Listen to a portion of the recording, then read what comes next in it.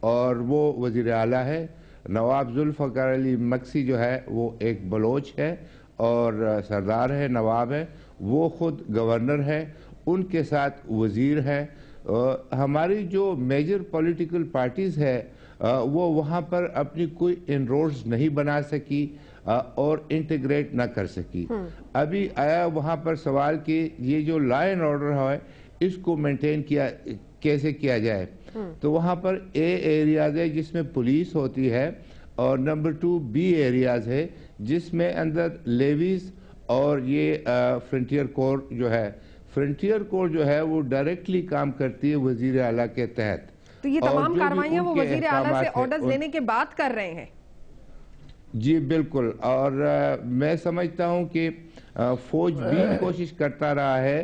یہ ایک بات جو بیچ میں آتی ہے مسنگ پرسن کی، یہ صرف بلوچستان کو اپلیکیبل نہیں ہے، ہمارے خیبر پختونخوا میں، اور اس کی بالکل حوصلہ شکنی ہونی چاہیے.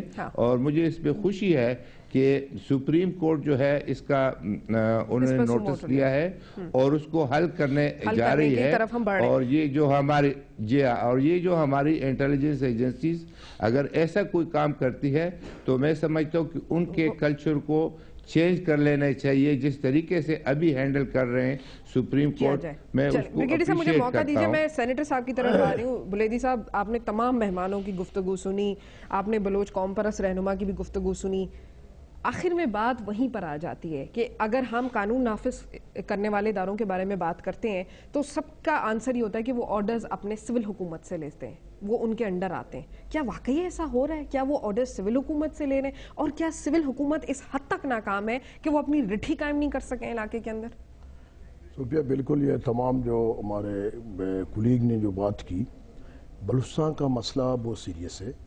اور بلوچستان میں 63 ایئر سے جو ایک سلسلہ چلا آ رہا ہے، اس میں جو انہوں نے ایک مثال دی کہ گیس 70% گیس ہم سپلائی کرتے تھے پنجاب اور خیبر پختونخوا، لیکن ہمارے 30 ڈسٹرکٹ ہیں، 30 اضلاع ہیں. ابھی تک 5-6 اضلاع کے علاوہ ابھی ہمارا تقریباً 20 اضلاع یا 22 اضلاع ابھی تک گیس سے محروم ہیں. حالانکہ آرٹیکل آئین میں موجود ہے جو معدنیات جو بھی ریسورسز وہ ایک صوبے سے نکلتا ہے، چاہے واپڑا ہو، ان کو پہلے سے اس کی ضرورت پورا کر کے جب وہ بچ جاتی ہے وہ دوسروں کو دی جائے. آپ اس پر غور کریں کہ ہمارے جو بلوچستان 47% پورے پاکستان کا ہے، آدھا پاکستان. اچھا، وہاں اگر کہیں بجلی لے جانا ہو تو سروں پر تو نہیں لے جاتے ہیں نا، پاپولیشن پر. ان کو دور دور علاقے ہیں، ان کو حق بنتا ہے ان کو بجلی بھی دی جائے، گیس بھی دی جائے، واٹر سپلائی بھی دی جائے. لیکن یہ جو ایک سوتیلی ماں جیسے سلوک بلوچستان کے ساتھ کی گئی ہے تو صاف ظاہر ہے کہ اس کا آج جو ریزلٹ ہے، ہم 12 سال سے میں ممبر آف پارلیمنٹ ہوں، میں نے کئی دفعہ یہ ایشو کو ریز کیا کہ خدا را آپ لوگ اس سے بنگلہ دیش جیسے ایک تجربے کو دوبارہ نہ دہرایا جائے. بلوچستان کا ایک جو صوبہ خود مختاری ہے، جو سائل و وسائل کی ملکیت ہے. لیکن بریگیڈیئر صاحب نے نا بڑا اچھا یہاں پہ پوائنٹ اٹھایا ہے کہ وزیر اعلیٰ بھی بلوچ ہیں، گورنر صاحب بھی بلوچ ہیں.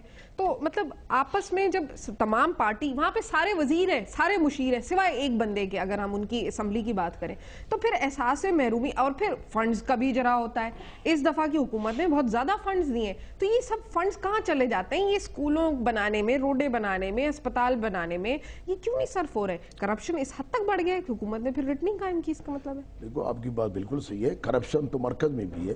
حج منسٹری میں اگر کرپشن ہو تو میں صوبے کی بات نہیں کرتا ہوں، وہاں بھی کرپشن ہوگا.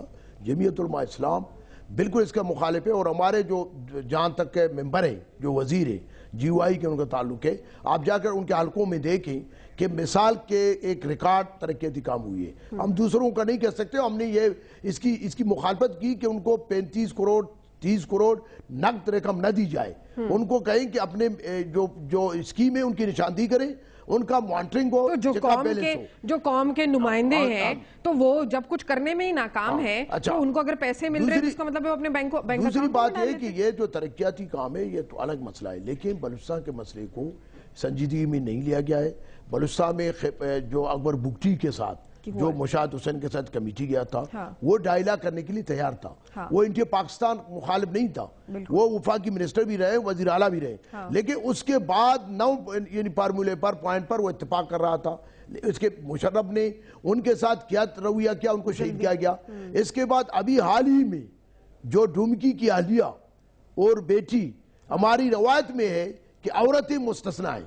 ہمارے بالکل بلوچی کلچر پشتو میں ہے کہ وہ عورتوں کو نہیں مارتے ہیں.